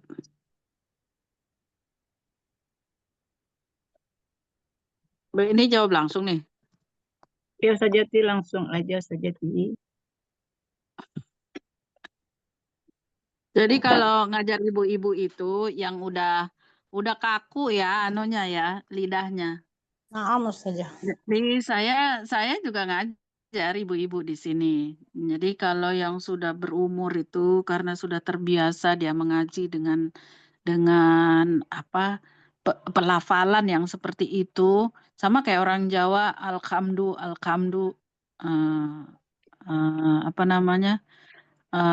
ha jadi kho gitu ya. Tetapi kita tetap ketika dia membaca itu kita perbaiki, itu adalah usaha kita. Sebenarnya dia juga berusaha. Saya mendengar ya dari ibu-ibu itu, ya Allah ternyata ngaji saya selama ini itu nggak benar ya Ustazah. Jadi saking banyaknya kritikan ketika dia baca gitu ya, ini keliru, ini harus begini, ini dho, ini zal, ini po, ini bot gitu kan cara penyebutan, dan dia sulit menyebutkan itu. Tetapi ketika kita ngajar itu dia berusaha mengulang meskipun kita bilang masih belum, ulang lagi, masih belum, ulang lagi sampai 10 kali masih belum kena. Bahkan ketika dia pulang ke rumahnya terus ngaji Qur'annya itu ya udah dia ngaji seperti yang dia baca gitu kan, seperti yang selama ini dia baca. Nah, hal yang seperti itu adalah uzur syar'i itu. Artinya saat dia mengaji sama kita, dia sudah berusaha juga untuk merubah apa yang dia lafalkan itu sudah di situ pahala kita itu pahala mengajar, dia pahala belajar sudah. Adapun mau merubahnya itu kan sulit. Jadi kalau bukan kita membiarkan, tetapi tetap jangan sampai bilang begini, dia mah mau dirubah juga susah. Udah biarin aja begitu, nggak begitu. Jadi tetap ketika berhadapan itu tetap kita koreksi. Ulangi lagi. Itu sa bukan sa, itu sa gitu. Nah, kita ulangi dan dia terus mencoba. Nah, dengan begitu pahalanya kita mengajar dan dia pahalanya belajar. Bukan harus bisa. Bisa itu kan apa namanya hidayah atau apa namanya mujizat dari Allah gitu. Karena umur yang sudah tua. Jadi saya tidak mematahkan mereka juga untuk belajar. Terus saja, nggak apa-apa. Ayo ketemu saya lagi, nggak usah takut gitu. Terus saya koreksi. Itu menjadi pahala buat antum, juga buat saya gitu. Nah gitu. Tapi bagi yang bisa kita rubah, kita rubah. Saya yakin ibu-ibu itu dari sekian ibu-ibu itu adalah beberapa persen itu yang kemudian bisa merubah. Gitu, Bunda. Jangan membebani diri sendiri, tetapi jangan abaikan. Jangan kemudian, capek aku ngajar dia itu. Gitu, nggak boleh begitu. Oke? Ustazah, Masya Ya, Allah. siap. Sabar Karena ya. nggak ada yang sia-sia, nggak ada yang sia-sia. Misalnya aku punya target gitu, tapi itu nggak bisa-bisa. Percuma aku ngajar. Nggak ada yang begitu. Nggak ada percuma, nggak ada. Gitu ya. Makasih Itu Ustazah. man ta'allamal Quran wa 'allamah. Itu udah baik, udah dapat. Tetap semangat mengajar, Mama. Ya, Masya Allah. ya. Ya, Ustazah Tia ini ada di room chat. Ya, mohon saya bacakan. Bismillah, izin bertanya Ustazah. Apabila keadaannya berbalik, kondisinya anak yang menjadi murid, ini Ustazah Rusnia bertanya. Apabila keadaannya berbalik, kondisinya anak yang menjadi murid, merasa kesulitan, akhirnya mundur dari kelas. Apakah anak menjadi futur Ustazah? Nah ini kan saya tadi menjawabnya dua kemungkinan kan, dua kemungkinan. Nah kalau kita tidak sebagai guru nih, ada sebagai guru, jangan sampai juga membuat orang itu patah hati gitu, patah hati. Nah kalau orang tetap disemangatin, tetap diajarin, terus nggak apa-apa gitu, lanjut aja lanjut. Nah itu orang nggak akan patah hati gitu. Tapi kalau gurunya itu langsung, percuma sudah nggak bisa ini, pasti muridnya itu patah hati. Akhirnya kasihan kan, pahala belajarnya dia nggak dapet. Maka jangan merasa, aduh udah sulit dah mundur aja, nggak boleh itu. Jadi pahala belajarnya itu yang penting. Sering saya bilang sama ibu-ibu itu, udah umur 50 tahun, Ustazah kenapa kita terlambat sekali ketemu gitu kan. Saya ini masih bisa belajar. Kalau belajar itu tetap dapat pahala. Bisanya itu wallahu a'lam, yaitu urusan Allah gitu. Dari belajarnya itu kita tetap dapat pahala. Gitu Mbak Nia ya. Jangan patah semangat. Bagaimana Ustazah Nia? Ada lagi yang lain? Itu efek dari gurunya juga tuh. Iya, pengaruhnya Ya. persen sih Ustazah? Hah? Pengaruhnya berapa persen kalau efek dari gurunya akhirnya muridnya kayak jadi udah mentok gitu? Belajarnya besar itu. Kan kadang lama-lama muridnya itu kadang gini, malu sama teman yang lain kan, apalagi kalau online didengerin sama yang lain tuh malu. Gurunya itu harus bilang, oh gini kita privat yuk gitu. Gak apa-apa privat. Kalau misalnya udah, saya malu, udahlah saya berhenti aja, apalagi di depan orang kita dikoreksi banyak banget. Privat. Gurunya harus ngajak itu, gurunya yang harus ngajak. Ya, semua guru harus punya sifat sabar ya. Sabar. Tadi kan untuk mualim dan muta'alim ini. Untuk yang ngajar dan untuk yang belajar. Ya, yang kita pelajari ini. Terus tetap sabar. Ya, tapi memang sebagai murid merasa kadang-kadang sabarnya guru jadi beda-beda kan Ustazah ya, apalagi kalau muridnya tuh gurunya banyak gitu. Kok kok dirasa oh kok guru yang ini sabar banget tapi kok guru yang ini sabar aja ya gitu. Nggak sabar banget. Kan Ya, sebagai murid pindah. oh gurunya nggak sabar sih ada gitu kan. Ada rasa gitu Ustazah. Iya. Murid Di yang Iya, di grup saya juga ada guru-guru yang lain kan. Itu tetap saya dampingi. Tetap saya dampingi. Semua guru mengajar itu saya dampingin. Dan saya selalu memberikan semangat kepada guru dan kepada muridnya. Ada ya guru-guru yang begitu juga agak keras. Saya langsung saya japri saja, turunkan volumenya. Dan untungnya dia mau gitu dengar saya. Kalau ustazah ini nggak dengar saya juga repot. Tapi alhamdulillah selama ini ya jalan dengan baik. ya baik insyaallah. Nah, jazakillah khair Harus ada pengawal nih, apalagi nih grup-grup grup online ini harus ada pengawal. Harus ada pengawal ya insyaallah Ustazah. Iya. Siap. Nah. Syukran minafsah. Apa? Iya. Semangat. Kitab belajar dan Ta'lim belajar. Muta'alim, mesannya kemana Ustazah? Tuh nanti di grupnya, tadi ada grupnya ya Mbak Nia ya? Ada Ustazati. Nanti Iya, nanti share di sana. Belinya di mana dan kitabnya apa. Seru kitabnya ini, apalagi buat guru-guru nih. Iya Ustazati. Iya benar. Insyaallah. Siap.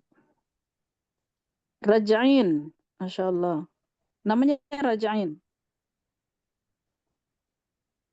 Raja'ina ilallah.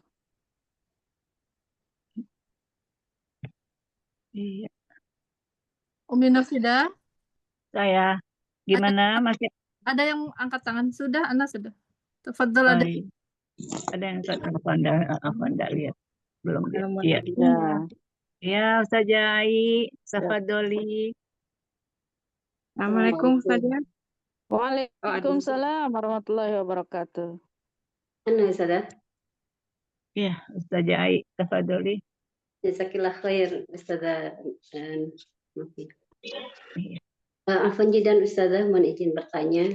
Kemarin tuh ada yang sempat bertanya seseorang yang mengadakan halakoh di satu halakoh di gimana ya? Halakoh lain di satu halakoh gitu ya. Intinya gini, misalnya ini kita lagi belajar online nih. Kita sambil menyimak tapi kita sambil mengerjakan yang lain juga. Nah, beliau itu berkata katanya jika seperti ini maka berarti kamu itu tidak mendapatkan kedua-duanya. Itu seperti itu katanya. Nah, jadi yang jadi saya takutkan itu kita belajar sambil belajar yang lain saja sudah tidak mendapatkan kedua-duanya, apalagi kalau sambil mengerjakan yang lain. Sedangkan kita sebagai ibu rumah tangga yang mempunyai kewajiban lain ya, di rumah gitu. Sedangkan kita nih seperti sekarang ini dari pagi dari tadi subuh kan udah mulai ada kelas, disambung lagi sekarang. Nanti habis Jumatan kita ada halakoh offline gitu ya. Otomatis kita harus duduk terus, nggak mungkin juga gitu karena ada kewajiban-kewajiban yang harus kita tunaikan juga seperti di rumah ya beres-beres ya masak.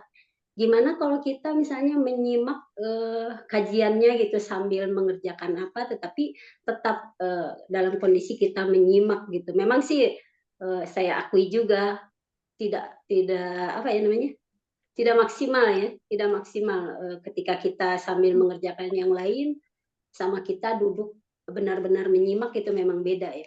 Tapi tidak bisa dipungkiri hal itu harus kita kerjakan gitu. Bagaimana Ustazah?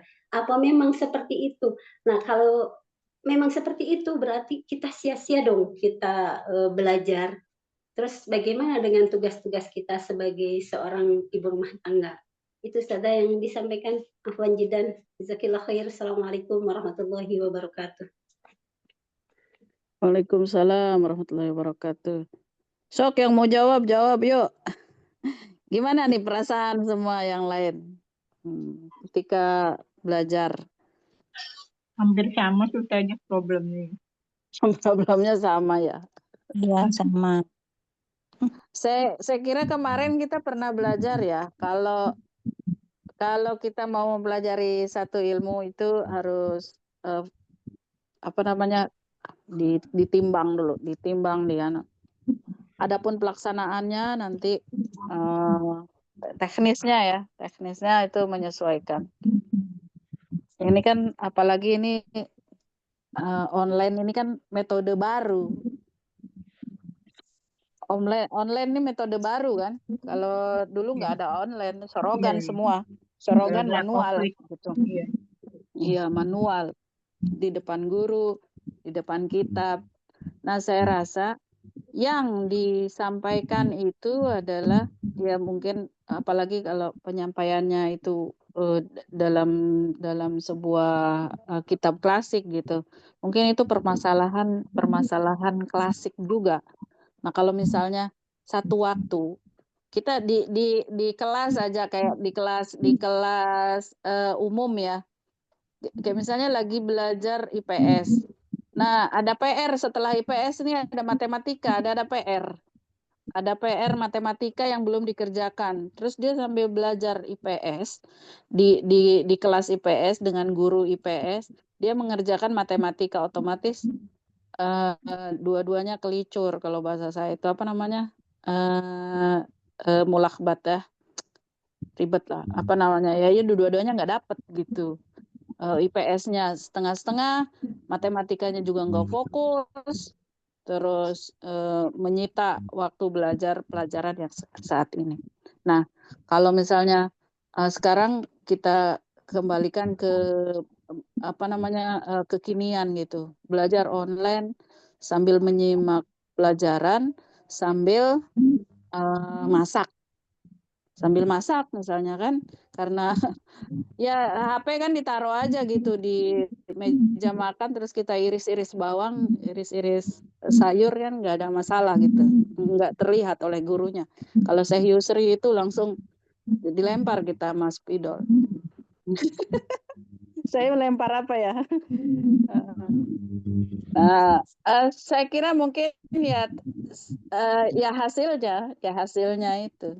Kalau keberkahan mungkin sedikit juga, ilmu juga sedikit, ya hasilnya lebih sedikit. Kalau dibilang sia-sia, tidak ada yang sia-sia. Karena masak misalnya untuk keluarga itu wajib, itu menjaga keharmonisan segala macam gitu kan. Belajar juga kita perlu. Saya kira dua-duanya bisa dilaksanakan, tetapi hasilnya mungkin yang sedikit. Tapi kalau dibilang sia-sia, tidak ada yang sia-sia. Insya Allah bermanfaat. Dan dengan begitu kan kita nggak harus sampai meninggalkan. Karena dua-duanya kebutuhan hidup kita. Itu menurut saya. Saya juga setiap hari Jumat ini, setiap hari Jumat saya jarang masuk dapur. Suami saya libur juga ya.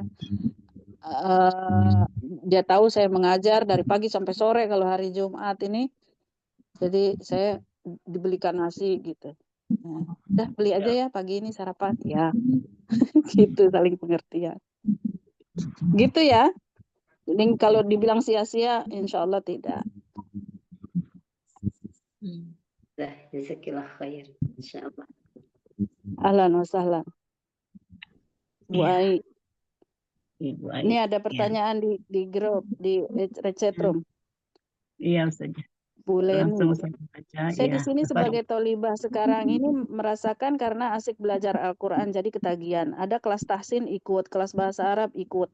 Intinya saya ngiler kalau ada yang posting kelas-kelas bagus. Tapi dengan umur ibu-ibu seperti saya yang loadingnya agak lemot, apa saran Ustazah? Kalau lagi semangat ikutin aja semuanya. Tadi itu kita dapatnya berkah daripada belajar, daripada mengisi kekosongan, ya. Tapi kalaupun dapat ilmunya ya semampunya, gitu. Kalau nyendok mah nyendok aja di mana-mana, pakai gayung kayak pakai gelas kayak nyendok air di mana-mana, nggak apa-apa. Kalau lagi semangat ikutin aja. Kalau lagi capek ya ketepikanlah apa yang tidak mampu dikerjakan gitu.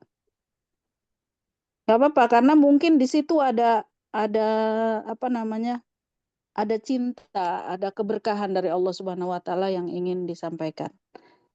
Justru malah jangan ditahan. Oh, janganlah aku kan udah tua, masa mau kesana kemari. Tapi kalau masih bisa dijangkau, silakan saja misalnya online gitu ya. Online tetap di rumah kok masih bisa mengerjakan yang lain. Nah, ikut kelas ini. Adapun pelajaran yang didapat itu kan tergantung kemampuan.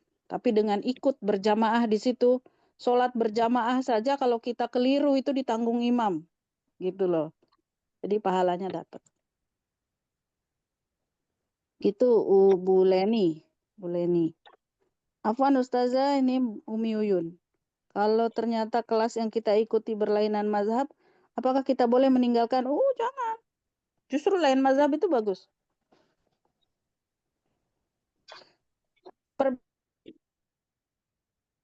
Bukan untuk kita bermusuhan. Beda mazhab itu justru untuk kita memberi pengetahuan lebih banyak bahwa ada loh pendapat lain. Biasanya mazhab itu diiringi dengan perbedaan pendapat. Seperti Imam Syafi'i, Imam Hanafi, Imam Hambali, Imam Maliki itu perbedaan dalam menafsirkan dan mengambil satu hukum dari satu dalil. Jangan ditinggalkan ketika ternyata beda mazhab. Tetapi untuk mengikuti mazhab itu, kita yang memilih, gitu. Kita yang memilih. Kayaknya nggak cocok deh saya sama mazhab yang itu. Kok kayaknya mudah banget ya di situ. Kayak nggak ada effortnya gitu dalam beribadah. Nah, itu pilihan kita. Justru malah dalam fakultas di UIN saja ada perbandingan mazhab. Apakah itu diharamkan? Tidak, justru itu mungkin bagus buat kita. Jadi bisa tahu. Fikih aja fikih muqorin. Fikih muqorin ya perbandingan mazhab, ya perbandingan. Fikih muqorin itu fikih perbandingan. Jadi dibanding-bandingkan antara mazhab A, B, C, D, ini Wahabi, ini NU, ini As-Sunnah, ini Muhammadiyah. Kata saya orang yang memahami itu lebih luas dalam ibadahnya. Jadi tidak gampang mengkafirkan orang lah, menyesatkan orang, artinya mengatakan orang lain sesat gitu. Itu tidak gampang untuk masuk ke ranah itu. Kalau dia justru banyak belajar mazhab-mazhab. Tetapi jangan terpengaruh. Kita bisa memilih sendiri, jangan kemudian mazhab ini kita di situ terus kita ikutin, akhirnya ternyata keluarga misalnya, teman-teman tidak di mazhab itu, repot. Jadi harus bisa membedakan. Gitu.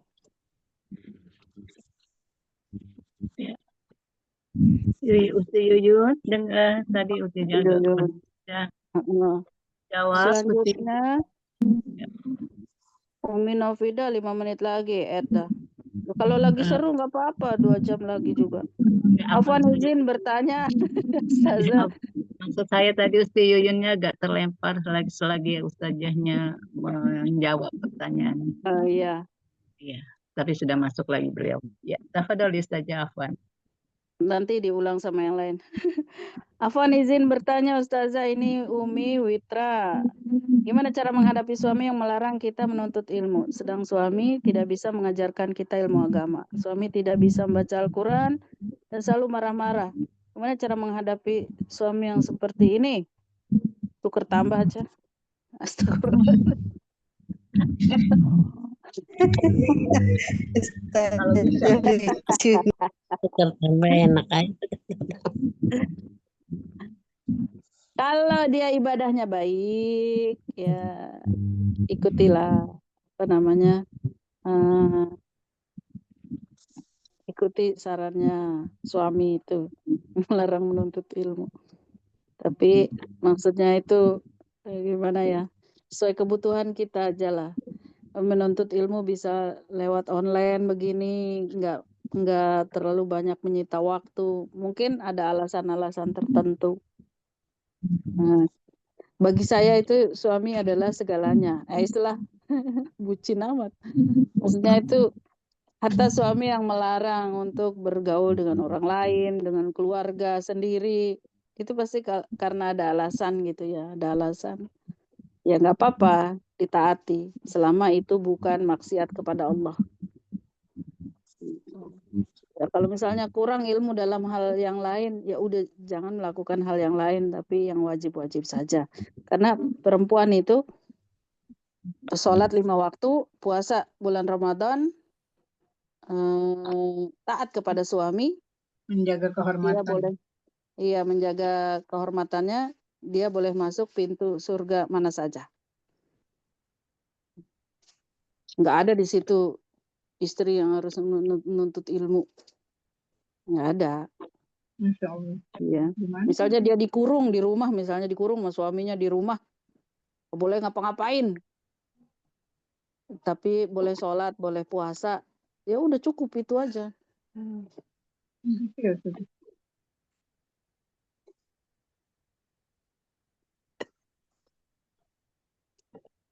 Gitu ya, Umi Witra.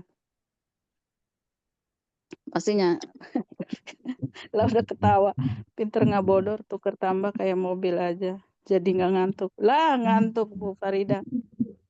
Yang ngantuk nanya, kalau nggak nanya ditanya.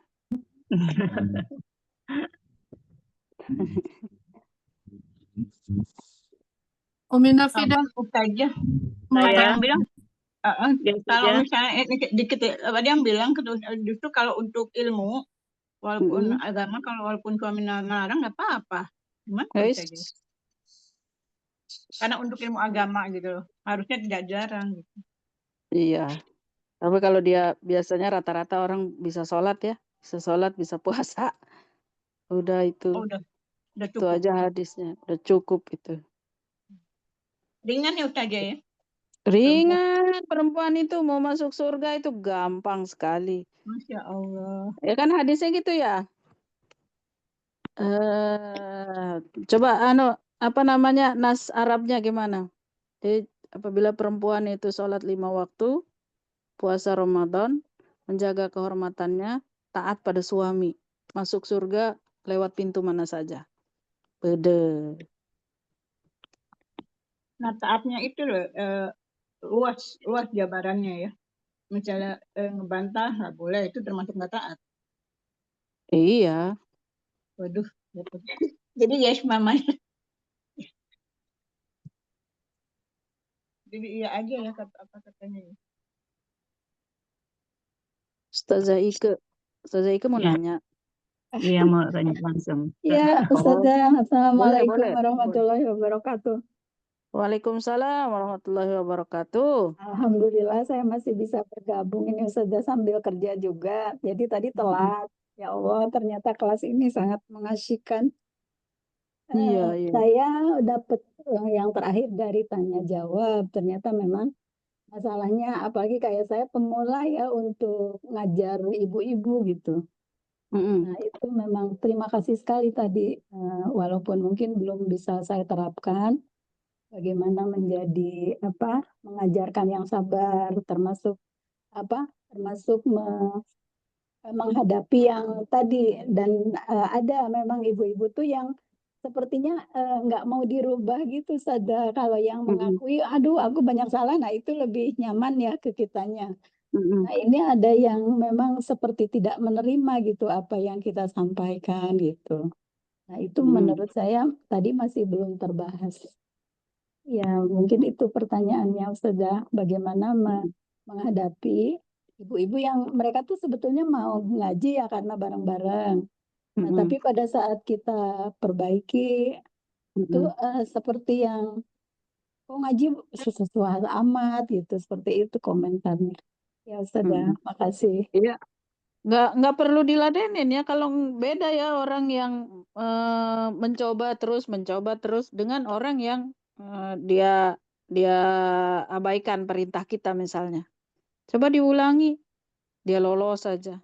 Nah, ya itu nggak usah dijadikan beban, biarkan saja. Oh ya udah. Yang penting saya tidak mengabaikan dia, mengajar, saya perbaiki. Kalaupun dia tidak mau diperbaiki, itu kan dia yang salah, bukan kita. Nah, kalau kenapa dia kemudian jadi tidak berubah atau tidak meningkat, tidak target kita tidak masuk, nggak harus kita pikirkan, nggak harus kita pusing gitu dengan itu. Itu jadi udah sabar aja terus, anggap aja nggak ada, anggap aja nggak ada. Kalau orang yang memang menolak gitu ya, menolak. Tapi kan beda orang yang memang berusaha dia untuk sama dengan kita, tetapi belum pas gitu. Nah itu terus saja, terus kita koreksi, kita perbaiki, dan dia mau menerima itu nggak apa-apa. Tapi kalau orang yang diperbaiki tapi nggak mau, ya sebenarnya dia itu nggak perlu ada di majelis kita gitu. Tapi dia tetap ada di situ, kemudian dia tidak mau dirubah, ya sudah, kita biarkan saja kalau yang itu. Jangan dijadikan beban. Kalau Ustazah saya malah gini, Ustazah kalau udah nggak mau, akhirnya dia bilang semoga Allah Ta'ala memaafkan kesalahan yang dibuat gituin. Akhirnya kena juga sih orang apa yang ininya. Jadi Ustazahnya yang bilang semoga dimaafkan gitu. Iya, ya boleh saja mendoakan seperti itu, artinya udah nggak mau diubah kan? Itu kesalahan dia kan? Iya. Jadi Ustazahnya nggak patah hati, udah serahin ke Iya. Allah gitu.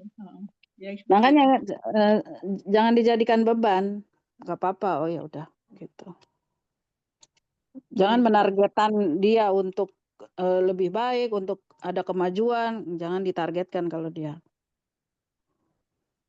Siap. Ya Ustazah, makasih. Siap. Baik. Waktu sudah pukul 11. Izin diakhiri Ustaz Jati. Iya, monggo, silakan. Sudah kita tutup dengan doa yang akan dipimpin oleh Ustazah Neneng Herlina. Tafadholi maskuro Ustazah Neneng. Masih ada Ustazah Neneng? Ada, standby Umi. Tafadholi Ustazah. Iya, kita doa ya. A'udzu billahi minasyaitonir rajim. Bismillahirrahmanirrahim. Alhamdulillahi rabbil alamin. Hamda syakirin. Hamda na'imin. Hamda yu'afi ni'amahu wa yukafi mazidah. Ya Rabbana lakal hamdu. كما ينبغي لجلال وجهك الكريم وعظيم سلطانك اللهم صل على سيدنا محمد وعلى علي سيدنا محمد اللهم ارحمنا بالقرآن واجعله لنا إماما ونورا وهدى ورحمة اللهم ذكرنا منه ما نسينا وعلمنا منه ما جهلنا وارزقنا تلاوته آناء الليل وأطراف النهار واجعله لنا حجة يا رب العالمين. Ya Allah, rahmatilah kami dengan Al-Quran. Jadikan ia pimpinan, cahaya, petunjuk dan rahmat. Ya Allah, ingatkanlah kami apa yang terlupa darinya, dan ajarkanlah apa yang tidak kami ketahui darinya. Dan berikanlah kami rejeki membacanya sepanjang siang dan malam. Serta jadikanlah ia hujah penolong kami, wahai Allah, Tuhan semesta alam. Rabbana fa'na bima 'allamtana. Rabbi 'allimna alladhi yanfa'una. Rabbi faqihna wa faqih ahlana wa qarabatil lana fi dinina. Tawassalna bita'limin antara zuqunal wasi'ah wa antara zuqanal amanah. Ya Allah, berikan kami manfaat dari apa yang telah Engkau ajarkan kepada kami. Ya Allah, berilah kami pengetahuan terhadap apa yang bermanfaat bagi kami. Ya Allah, berilah pemahaman pada kami dan pada keluarga kami, serta para kerabat kami dalam memahami agama. Kami bertawassul dengan belajar, kami bertawassul dengan mengajar, agar Engkau beri kami rezeki yang luas, dan agar Engkau beri kami rezeki amanah. Ya Allah, curahkanlah kesabaran atas kami, dan teguhkanlah pendirian kami terhadap cobaan dan kebenaran. Ya Allah, berkahilah semua ilmu yang kami dapat selama kegiatan ini, sehingga kami dapat mengamalkan setelah kami bubar ke rumah masing-masing, sehingga kami bisa menjadi suri tauladan dalam keluarga, masyarakat, bangsa, dan negara. Rabbana afrigh alaina sabran wasabbit aqdamana. Rabbana atina fid dunya hasanah wa fil akhirati hasanah wa qina azabannar. Subhana rabbika rabbil izzati amma yasifun wa salamun alal mursalin walhamdulillahi rabbil alamin. Alhamdulillah. Baik, dengan berakhirnya pembacaan doa, maka berakhir pula acara kajian fikih pada hari ini. Kepada Ustazah Enok Mutia kami ucapkan jazakallahu khairan. Semoga ilmunya bermanfaat dan dapat kita amalkan. Demikian saya akhiri, kurang lebihnya mohon maaf bila ada kata salah yang terucap. Kesempurnaan milik Allah, kesalahan milik saya. Sebelumnya wabillahi wa taufiq wal hidayah wa inaya wassalamualaikum warahmatullahi wabarakatuh. Mari kita akhiri. Waalaikumsalam warahmatullahi wabarakatuh. Subhanakallahumma wa bihamdika asyhadu an la ilaha illa anta Astaghfiruka wa atubu ilaik.